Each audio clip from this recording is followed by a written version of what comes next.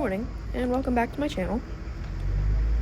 We got up early today, well, early for us, and walked 25 minutes to Parliament to see the changing of the guards.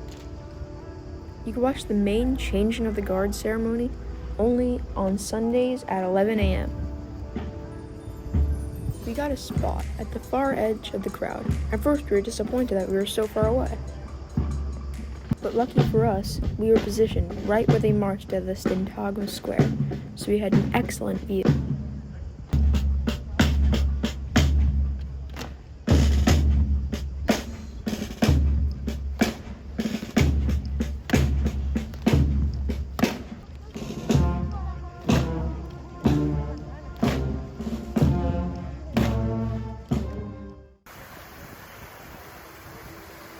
Next, we headed to the Syntagma metro station.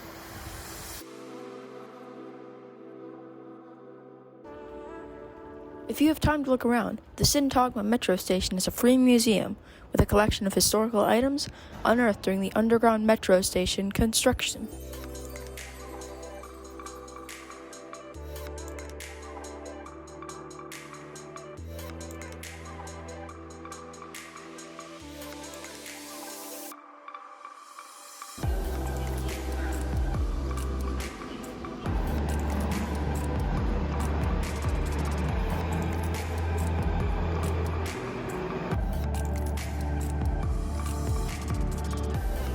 We took the metro to Evangelismos station, which also has an exhibit of artifacts including an ancient burial ground and parts of a 6th century aqueduct. As we were walking up to the funicular station at Lykavittos Hill, we found a little German-Greek restaurant to stop at for lunch.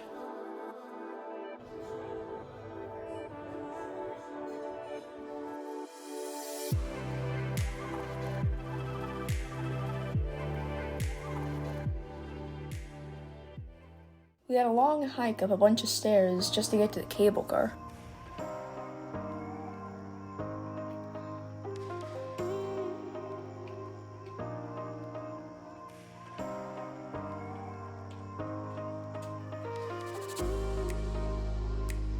The Lycabettus cable car began operating in April 1965. It travels entirely in a tunnel along 210 meters of track and takes about 3 minutes to reach the top. I recommend taking the funicular up and walking down if it's hot out. If you do plan on walking up, it's pretty steep and will take you about 30 to 40 minutes, so be sure to bring lots of water. There was a little cafe halfway up the hill if you need to grab refreshments.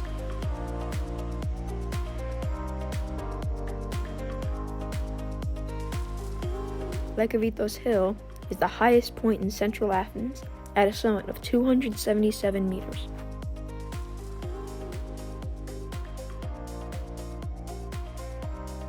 A little chapel dedicated to St. George is located at the top.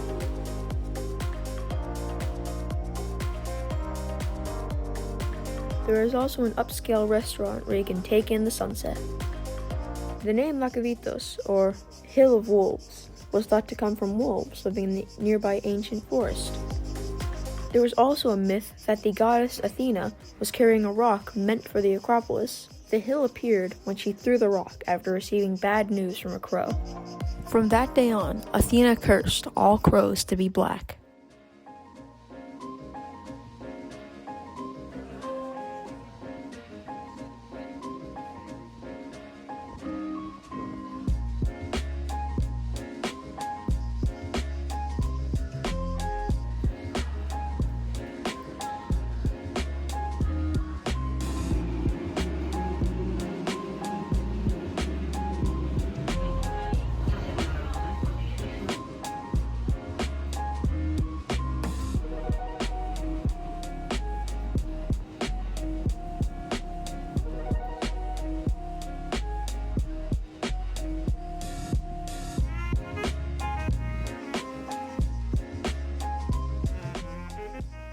From Lykavittos Hill, we took the metro to Karameikos station, then walked 10 minutes to the Archaeological Site of Kerameikos.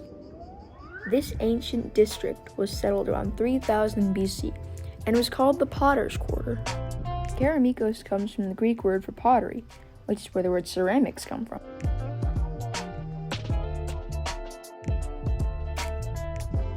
The parts of Kerameikos near the riverbank would continuously flood, so the residents turned it into a burial ground. It soon became one of the most important cemeteries in ancient Athens. Excavations began in 1870, and only a small portion of Kerameikos has been unearthed, including two of the city's most important gates. The first is the Diplomon, or double-arched gate, and the largest gate of the ancient world. The other is the Sacred Gate, where the Sacred Way passed through. The Sacred Way was a processional road, and the entire length was lined with family graves and funerary monuments. Between the two gates stood a public building called the Pompeion. A grand procession of dignitaries would have been organized here before making their way to the Acropolis for the Panathenaic festival.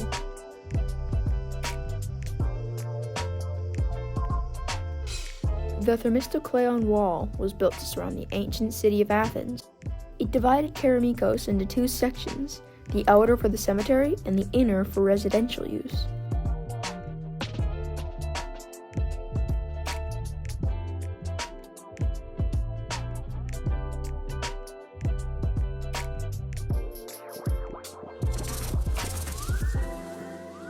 Unfortunately, the Karameikos Museum was temporarily closed.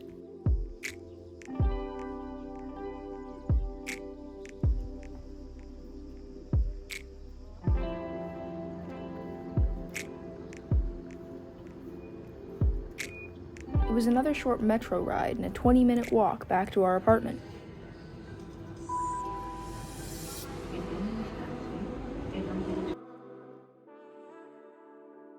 We played video games and enjoyed pizza on the rooftop deck, enjoying one last sunset in Athens.